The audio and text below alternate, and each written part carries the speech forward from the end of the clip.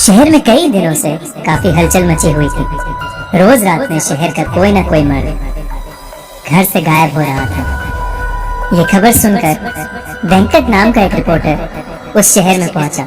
शाम के कुछ 6 ही बजे होंगे, पर शहर के लोग जल्दी जल्दी अपनी दुकानें बंद करके घर लौट रहे थे। वेंकट ने देखा कि हर घर के बाहर कन्नड़ा में नालेबा यानी कल आना ऐसा लिखा है। उसने वहां एक पुजारी को रोक के पूछा कि शहर में ये सब क्या हो रहा है। उस पुजारी ने उसे बताया कि शहर में एक लाल साड़ी वाली चुड़ैल घूम रही है।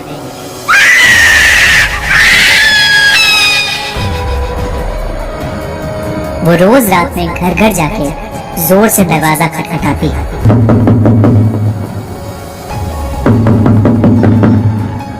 और घर के अंदर जो भी मर्द उसका नाम पुकारती है। कोई भी आदमी उसकी आवाज को नजरअंदाज नहीं कर पाता और दरवाजा खोल देता है।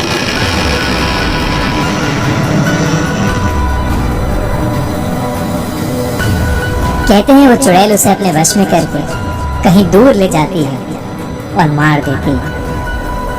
इसीलिए शहर के लोगों ने उससे बचने के लिए घर के बाहर नालेबा लिखना शुरू किया, जिसे पढ़ के वो आज नहीं बल्कि कल आए, और यही सिलसिला जारी रहा। इतना कहकर वो पुजारी जल्दी जल्दी अपने घर के रास्ते चला गया। वेंकट को कल के अखबार के लिए अच्छी कहानी तो मिल गई, पर कुछ ही दूर जाते ही उसका स्कूटर पंक्चर हो गया। अंधेरा हो चुका था और सब लोग अपने घर के अंदर जा चुके थे। अचानक से वेंकट को लगा कि उसके आसपास कोई है, तो वो स्कूटर लिए तेजी से आगे चलने लगा। किसी ने बहुत ही मधुर आवाज में उसका नाम पुकारा।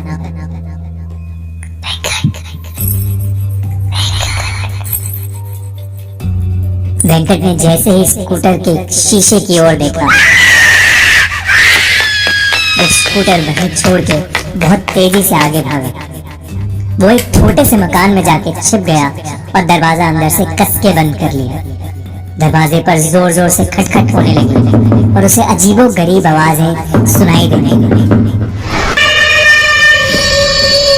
वेंकट बुरी तरह डरा हुआ था। कुछ देर बाद जब सारी आवाजें शांत हुई, तो उसने बहुत हिम्मत करके दरवाजा खोला।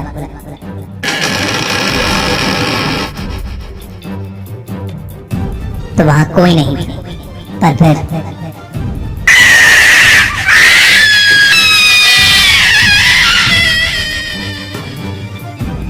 सुबह हुई तो वेंकट उसी घर में बेहोशी की हालत में पड़ा मिला। वो दिन था और आज का दिन। वेंकट को कभी समझ नहीं आया कि उस रात उसके साथ क्या हुआ। शहर के लोगों ने कहा कि वो शहर का नहीं है, शायद इसीलिए बच गया। कुछ महीनों बाद उस चुड़ैल का कोई किस्सा सुनने में नहीं आया। आज भी उस शहर के लोगों ने अपने घर के बाहर नालेबा यानी